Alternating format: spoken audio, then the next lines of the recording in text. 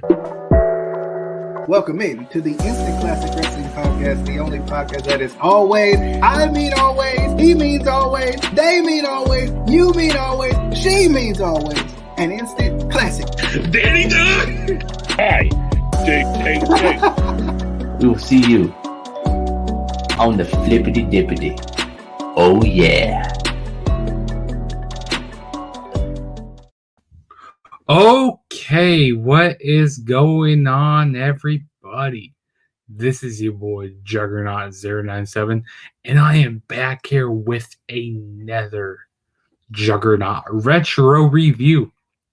And this is episode number 26 of Juggernaut Retro Reviews. And since it's May, tomorrow's the final day of May, but since it's May, I thought it'd be right that I, get maybe a few Judgment days and review them. And this Judgment Day I'm going to be reviewing is 2001, which this show was held from Sacramento, California on May 20th, 2001. And overall, I thought this was a pretty good show. I mean, the ad there was kind of creeping towards an end. I mean, the ad there was still going on right now. But, you had some newer guys here, Kurt Angle was around here and stuff. I mean, you have Benoit here. I mean, he competed a lot of times during the show. You had Stone Cold as the heel. You had, Triple H as a heel on the show, So, I mean, this wasn't a bad show. It got more buys than the previous pay-per-view, which was Backlash 2001, which I did review that on my channel. And also, I did review the previous Judgment days. I reviewed 2000 and I reviewed 1998, which I'll put those links down in the description below if you guys want to check those. If you guys want to check those reviews out. But before we get started with this review, go follow me on all my social media platforms. Go follow me on Twitter at TheTrueJSB, and go follow me on Instagram, TheTrueJSB. Okay, so now that we got all these, all my plugs out of the way, let's go ahead and get started with this review. So the first match that got kicked off with the show was William Regal versus Rikishi. And, William Regal, he's kind of, had like a hot streak since WrestleMania. I mean, he beat Jericho. Did he beat Jericho Mania? Yeah, he did. He beat Jericho Mania, and then he beat him at Backlash in that Queensberry Roll match or whatever, that really dumb stipulation, which I thought was pretty interesting. So William Regal was on a pretty hot streak during this time. And Rikishi, he just, kind of returned on, was that SmackDown or something? Maybe. He returned, on Raw, and I think it was because of Stephanie McMahon or something, because Rikishi gave her the stink face. Yeah, Rikishi gave Stephanie McMahon the stink face, and then, that's how this match got set up. So we had William Regal versus Rikishi. This was a very, very short match. It's only got 4 minutes. I mean, we had some blood during this match. William Regal, he got busted open by the steel steps. He kind of got busted open the hard way. But William Regal did end up winning the match by a neck breaker. I mean, it was an alright match, very forgettable, very, very forgettable. But I understand why they kind of wanted to make this match short because of that. The next match here, which I'll be talking about, is a 2 out of 3 falls match between Kurt Angle and Chris Benoit. They have had some really, really good matches. I mean, the previous pay-per-view before this, they had that 30-minute submission match, which during this time, people's attention spans, people weren't really wanting to see long 30-minute matches and stuff. But yeah, I thought that match was pretty good, at that last show. But they kind of, ramped it up here, and, they would go on to have some even more great matches throughout the years and stuff. But yeah, so the first the first match was like a win by pinfall. The second match was supposed to be win by submission, and if they had to go to a third fall, it was going to be a ladder match for and this was for Kurt Angle's Olympic gold medals, which I kind of like the storyline behind this. You know, they were having these, you know, great matches and stuff, and Chris Benoit, he decides to you know, put the gold medals down his trunks, you know, where his genitalia are. Am I saying that right? Yeah, where his, you know, where his packages, you know, the group grapefruits are. I don't know, I can't talk right now. But no, I thought this was a really good match. These guys have really good chemistry in the ring together. And yeah, so Chris Benoit won the first fall when Kurt Angle, he was going up for the flying headbutt, but Benoit moved out of the way, and Benoit then hit the Angle slam to get the 1-2-3 really quick there. And then the second fall, it was a submission match. It was pretty good. Like I said, these guys are really good technicians, really good chemistry. I really enjoyed it, and you know, yeah, I'll get to what I was about to say there in a minute. But yeah, this was a really fun here. What was I about to say? Oh yeah, so yeah, this was a really good match here. You know, a lot of good technical wrestling here. You know, they weren't just kind of using their, you know, normal submission moves. You know, they were trying to do different things like arm bars and you know, Boston crabs and, you know, different type of submissions. Not just their norm here. But Kurt Angle did end up getting the win here by making Benoit tap out to the ankle lock. And then, like I said, the third fall, you know, so they were tied 1-1 apiece, and then the third fall was a ladder match. And prior to this, you know, they had a promo backstage with Kurt Angle had a backstage promo with Edge and Christian, and he's like, "Hey, you know, can you give me some advice, you know, for this match?" He goes like, "Yeah." They gave him some advice. They said, "Don't fall off." You know, like if you fall off, you know, they said don't fall off and, you know, land safely. That's all. You know, so very, very simple. You know, very simple rules because, you know, Christian and Edge, you know, they're no stranger to ladders. You know, of course, they're heels at this time. You know, and of course, Kurt Angle, you know, he's not no ladder match, you know, enthusiast. You know, he doesn't know much about ladder matches. So, you know, he was grabbing the wrong ladder. And, you know, Chris Benoit, you know, he was great in ladder matches and stuff. You know, the Rabbit Wolverine. You know, he's no stranger to ladder matches. And this was really fun. You know, I like the different spots that they were doing. Benoit was hitting a whole bunch of suplexes on the ladder. Ooh, there were some nasty suplexes. Really cool spots on the ladder. You know, there was even one point where like got like slingshot. No, it was like slingshot, but like got catapulted into the ladder. Like there were some really cool spots with the ladder.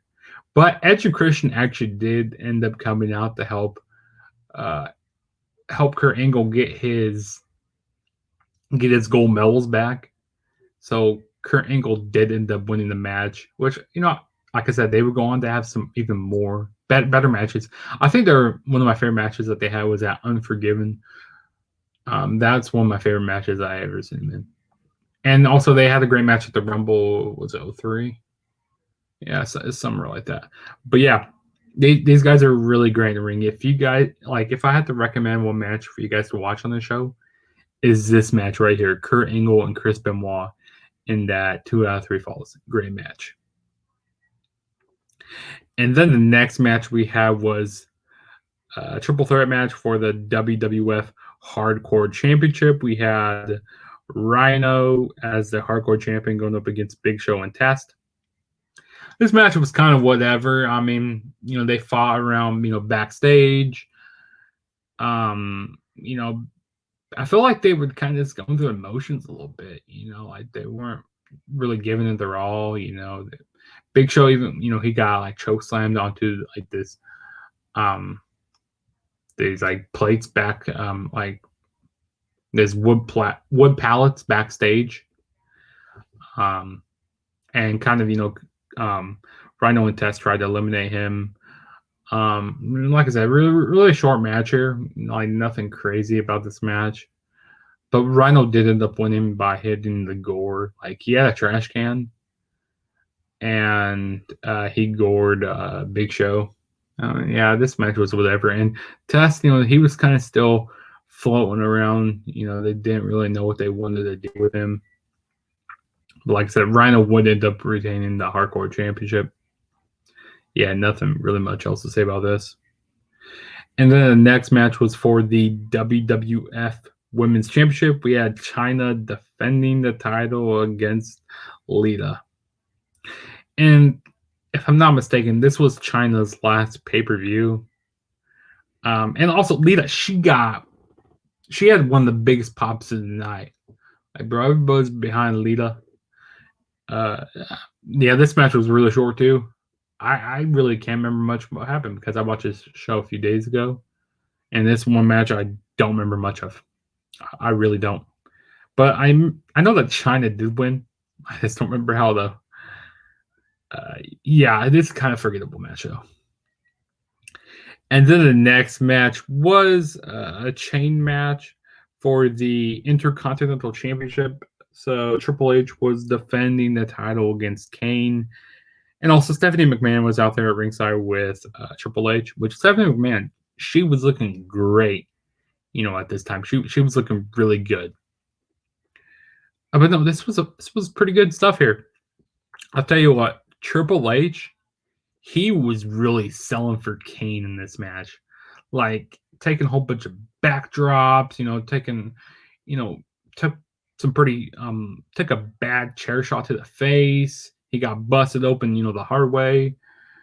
Took some chain shots, with the steel chain from Kane. And, Kane, he was selling his, injured arm and stuff during his match. So, I mean, these guys put on some pretty good stuff here.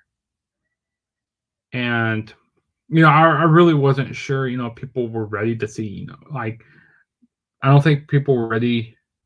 Well, WWE didn't know if they wanted to see, like, put Kane as fully like as a babyface, but people were behind him. People were behind Kane. They wanted to see him as a babyface. But no, this was really fun stuff here. This was fun. But Kane did end up winning the Intercontinental Championship. Like Stone Cold came out and he tried hitting Kane with the steel chair, but he totally misses Kane and hits Triple H with the chair. And Kane didn't even duck out of the way. Like he's still standing there and like Stone Cold completely misses him.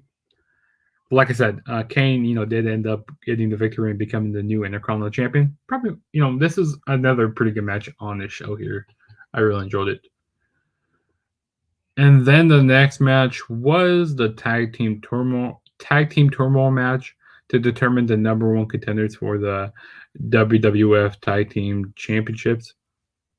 And they will get their title match the next night on Monday Night Raw against the two-man power trip, Stone Cold, Steve Austin, and Triple H. This was pretty good stuff here. I really enjoyed this. I kind of like the story behind this.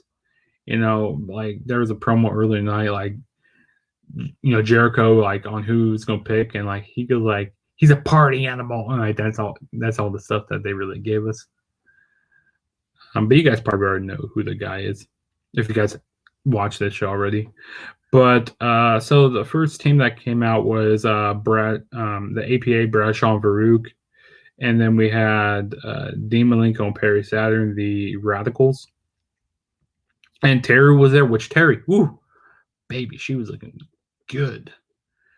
This was a really, really fun match. Like, really great tag teams in this match. The APA, the Radicals, the Dudley Boys, the X Factors, the Hardys, Edge and Christian. So some really great tag team stuff here. And really nice spots. But yeah, APA, pretty, beat the Radicals pretty good here. It was a pretty quick match. And then the Dudley Boys came out, and then they got eliminated by the APA. And then we had the X Factors, X-Pac, and Just Incredible, and Albert was with X-Pac and them, and Just Incredible with the X Factors here. They were making this team to be like a really big heel stable. I mean, they beat the APA, and then they beat the Hardy Boys, which the Hardy Boys were over. Like they were so over, which I was kind of surprised that they beat the Hardy Boys here. And then we had Chris Jericho come out, and he kind of pointed towards the stage, and Benoit's music hit, and Paul Heyman, you can't script this to a T. You can't script this. He was like, it's Chris Benoit. Like the excitement and Paul Heyman's, that Paul Heyman was excited, which Chris Jericho and Chris Benoit, they had great chemistry. Which Chris Benoit, he competed in a lot of matches, because he competed in like 5 matches here, because 5 falls here during this night. So Chris Benoit, I'll say he's was one of the MVPs of the show here. But yeah, Chris Jericho and Chris Benoit did end up beating the X Factors, and then finally Edge and Christian came out. And I kind of like the story in this now, how you had Chris Benoit. He's pissed off, that he got screwed by Edge and Christian in that the 2 out of 3 falls match. So I really like that. Kind of added a wrinkle into that story here. Great storytelling there. But yeah, this was some really good stuff. I mean, Edge and Christian, they tried doing concertos, tried to do anything to win the match. Really, really good stuff. I enjoyed it. But Chris Benoit and Chris Jericho did end up winning the match when Chris Benoit made Christian tap out to the crossface. And that was that. So they were new number 1 contenders. And this is another match I definitely recommend checking out. And it's kind of hard for me to review like every single spot that happened, because like I said, when you have a whole bunch of different teams and you got a lot of things going on, it's hard to remember every single thing. And I couldn't imagine, these wrestlers, trying to call spots and all that, which there was actually one point where Jericho, you could clearly see, he goes like, I think he's going to do like a bump with Mike Yoda. He goes like, you ready, Mike? Like you can clearly see, he goes like, you ready, Mike? To take the bump here? You could clearly see, which, Jericho, he's pretty clear without calling the spot. Pretty clear with calling spots and stuff. But yeah, like I said, when you're in these long matches, it's hard to remember things. And especially like for Benoit and Angle, they call on spots too. Like I said, when you have a long match, you gotta call them. So you guys are on the same page, on the same wavelength. But yeah, this was a really fun match, though. I enjoyed it. And then the next match we had was the main event and it was a no holds bar match for the WWF Championship. So like earlier in the night, Undertaker demanded that this be a no holds barred. And then when Regal went up, the commissioner, when Regal went up to Stone Cold, said, "Hey, this is going to be no holds barred." He goes, "So that's fine." He goes, "That's fine. I don't care." Because, Triple H could get involved then. So many people get involved. So this was good. Everybody was behind the Undertaker in this match.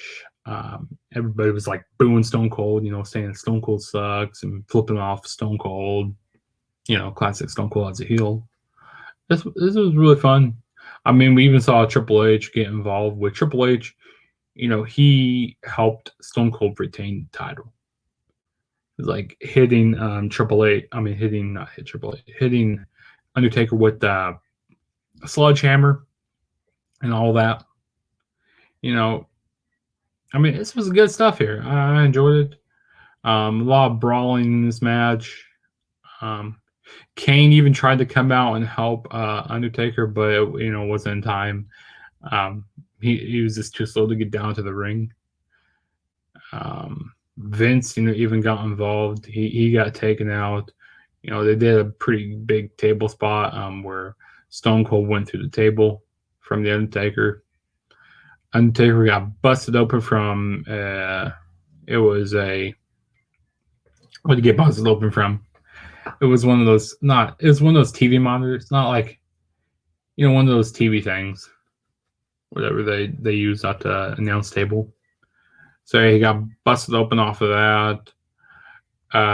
Like I said, this Undertaker was like so over here, and Stone Cold being the heel he is, he managed to escape, by the help of Triple H here. But no, this was a good match here. I want to say it's my favorite match. Definitely the favorite match on the show was that 2 out of 3 falls match. That was the best match. But yeah, I really enjoyed the show though. This was fun stuff. Now, is it better than 2000? Yes, I think this show is better than the 2000 Judgment Day, and I definitely recommend checking this out.